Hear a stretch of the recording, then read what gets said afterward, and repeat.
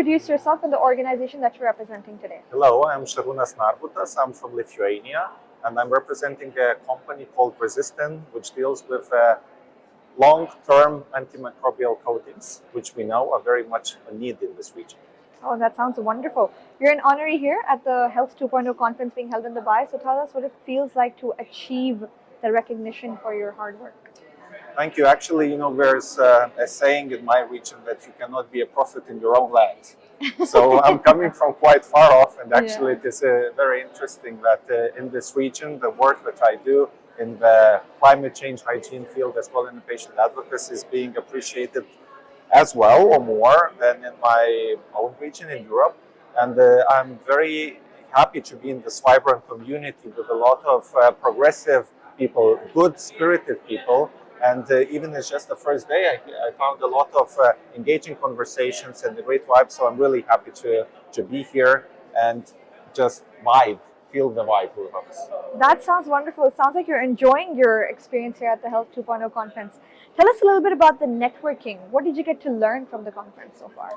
Oh, it's interesting perspectives. I like it that the conferences are merged together, so I'm able to be in the sessions in the health conference, which I've been to hundreds of, and also in the CXO conferences with the C-level executives. So I'm jumping back and forth and be privileged to speak in the panels in both conferences. So it's really good to have these experiences together. Just over the lunch, we're speaking with people from the tech industry who are in the different conference, in the marketing one. I'm trying to see where it's at. We're already making a future collaboration ideas. That sounds wonderful. So it sounds like your travel is actually worth it because of the conference. Yes, travel is worth it. It's also worth it for the weather. Where I came, it was snowing.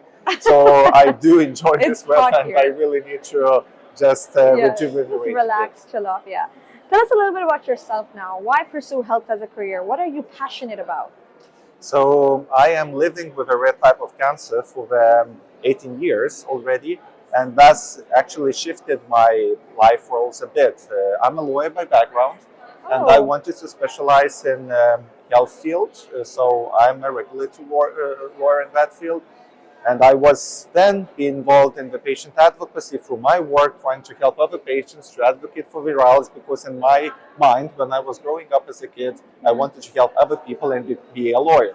I was working in the corporate law firms and was seeing I'm not helping people, I'm helping corporations. So that's why I wanted to shift back to be engaged in advocacy, and that is where I've led organizations at national, European, global level. And as a part of that, as I was meeting interesting people down the line, I was able to establish businesses in other areas, in hygiene, in the climate change, in an online distribution. So now I'm a bit of a split personality. My heart is with the health. A lot of my professional work is in the field of actually now tackling climate change problems. Oh, so you're very diverse, climate change, health, law. That's quite interesting. I don't think I've ever come across such a unique cusp of careers. That's quite interesting, actually. I'm sure a lot of people are watching and they're really inspired by you. I mean, it's difficult. You study something for some time and then you switch careers. Give them some words of advice. Be yourself. I mean, whenever I faced difficult times in my life, difficult decisions, I'm very happy now looking backwards that I was true to my values, to what I was thinking is the right thing to do.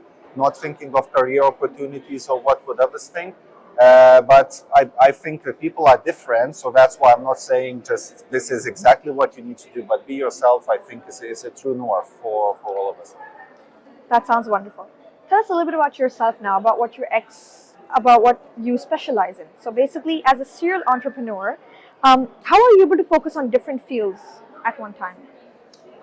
It's possible. If you're a curious person, you're soaking in information. So health and being aware of the healthy lifestyle and the medical advancements is just part of routine. Same as people go and do the yoga exercise or do a walking, same as I'm trying to monitor what's happening in this space. And of course, being part of these ecosystems at different layers, which I find very helpful. National level, this is not as dynamic. Regional level, what they speak European Union, there's a lot of different things happening. At global level, there's not enough time in a day, in 24 hours to keep up pace, but I try. in terms of these other areas, it actually motivates me to be engaged in the things that I don't understand. I want to learn more, because being in a patient advocate for over a decade, you get to see the trends, but things do repeat over themselves. Yeah. So it is crucial to be motivated. And this climate change in the hygiene, it actually was an idea born of during the COVID times, when we were all afraid to touch the surfaces and we were not knowing what to do. Locked so in it's our like, houses. what can I do? So this is now we have a solution that you are able to coat any solid surface, be it a chair, be it a wall, a window, and then feel free that you will not get disease from this. No bacteria, virus, fungi for a year. Yeah. And so this is what became quite a successful startup company. That sounds good. You mentioned like the trends changing and everything changing. So what do you think will be the main challenge for the human race in the next, say, 20 years?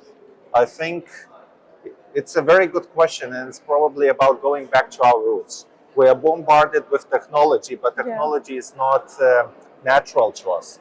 We like it and we embrace it because it makes our lives easier. But it also can make us too dependable on technology, and then we lose basic skills. We see now it's a global debate about social media being harmful, about us limiting the time we use technology or how we use it.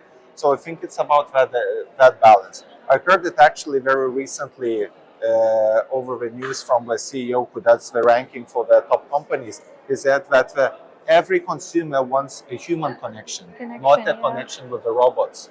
And the robotics or technology should help, but we strive for this connection. If it would be some AI giving me the prompts of in this interview, I wouldn't be engaged like I am now. Seeing because it's not just human. You come with the experience, with your own values, and with your own persona vibe that I can feel and I can relate. And this is what makes us a social being. So I think it's rediscovering that, and a lot of what we see and being discussed actually in these conferences, going back to the traditional medicine and the progressive medicine technology and just the breathing techniques or the Pilates techniques. All of this, it might seem trivial at core, but it's not. It's a path for us to rediscover the experiences. Because at the end of the day, and I would die in bed, we wouldn't be saying, oh, I tried 100 programs or played 50 games. We remember the experiences that we had, and the experience is broader than just being engaged with that. It's smell, it's being, it's a presence, it's an interaction with other human beings. So, and that is why I think the future is bright. It's not that the AI doom is coming, or it's not that all of us will be so embarked with technology. I think we will be much more cautious how we use technology, and we will appreciate our time and the connections with others much more. Yeah, that makes a lot of sense. So ChatGPT is actually making us value other humans and human interactions more. Yes. That's quite insightful. I'm sure a lot of people watching want to collaborate with you, maybe reach you personally for advice. So where can they reach you? On social media. Even I'm telling you, I'm not trying to use it too much. LinkedIn would be the best source. And let's leave it at that. I'm trying to exit other platforms. That's wonderful. I'm sure everybody's going to respect that. Thank you so much, and congratulations once again. It was an honor to have you here at the conference. Thank you for the interview.